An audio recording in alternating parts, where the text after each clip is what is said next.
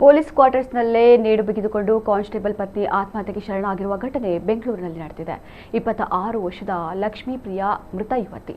ಮೃತರ ತಂದೆ ಕುಮಾರ್ ಆರಾಧ್ಯ ಅವರು ನೀಡಿದ ದೂರಿನ ಮೇರೆಗೆ ಕಾನ್ಸ್ಟೇಬಲ್ ರಾಜೇಶ್ ಹಾಗೂ ತಂದೆ ತಾಯಿ ಸೇರಿದಂತೆ 4 ವಿರುದ್ಧ ವರದಕ್ಷಿಣೆ ಪ್ರಕರಣ ದಾಖಲಿಸಿ ತನಿಖೆ ನಡೆಸುತ್ತಿದ್ದಾರೆ ಎಂದು ಪೊಲೀಸರು ಮಾಹಿತಿಯನ್ನು ನೀಡಿದ್ದಾರೆ. ಇನ್ನು ಆಕೆಯ ತಂದೆ ನೀಡಿದ ದೂರಿನಲ್ಲಿ ಲಕ್ಷ್ಮೀ ಪ್ರಿಯಾಗೆ 2023ರಲ್ಲಿ ಕಾನ್ಸ್ಟೇಬಲ್ ಜೊತೆ ಮದುವೆಯಾಗಿತ್ತು. ಈ ವೇಳೆ 350 ಗ್ರಾಂ ಚಿನ್ನ, 1 ಕೆಜಿ ಬೆಳ್ಳಿ ಹಾಗೂ ಗೃಹ ಬಳಕೆ ವಸ್ತುಗಳನ್ನು ನೀಡಲಾಗಿತ್ತು. ದಂಪತಿಗೆ 8 ತಿಂಗಳ ಹೆಣ್ಣು ಮಗುವಿದೆ. ಮದುವೆಯಾದ ಕೆಲ ತಿಂಗಳ ಬಳಿಕ ವರದಕ್ಷಿಣೆ ಹಣಕ್ಕಾಗಿ ಪತಿ ಪೀಡಿಸ್ತಾ ಇದ್ದ. ಬಾಣಂತನಕ್ಕಾಗಿ ತವರು ಮನೆಗೆ ಬಂದಾಗಲೂ ಮಾನಸಿಕ ಬೆಂಬಲ ಹಾಗೂ ಆರೈಕೆ ಮಾಡದೆ ಕಿರುಕುಳ ನೀಡಿದ. ಈತನ ಕಿರುಕುಳಕ್ಕೆ ಬೇಸತ್ತು ಮೇ 22ರಂದು ತನ್ನ ಮಗಳು ವಾಟ್ಸ್ಆಪ್ನಲ್ಲಿ ಮೊಬೈಲ್ ಪಾಸ್ವರ್ಡ್ ಕಳುಹಿಸಿ ಮೊಬೈಲ್ ಅನ್ನು ಸ್ವಿಚ್ ಆಫ್ ಮಾಡಿಕೊಂಡು ಆತ್ಮಹತ್ಯೆಗೆ ಶರಣಾಗಿದ್ದಾಳೆ. ಈ ಸಂಬಂಧ ರಾಜೇಶ್ ಹಾಗೂ ಆತನ ಮನೆಯವರ ವಿರುದ್ಧ ಕ್ರಮ ಕೈಗೊಳ್ಳಬೇಕೆಂದು ಮೃತರ ತಂದೆ ತಿಳಿಸಿದ್ದಾರೆ.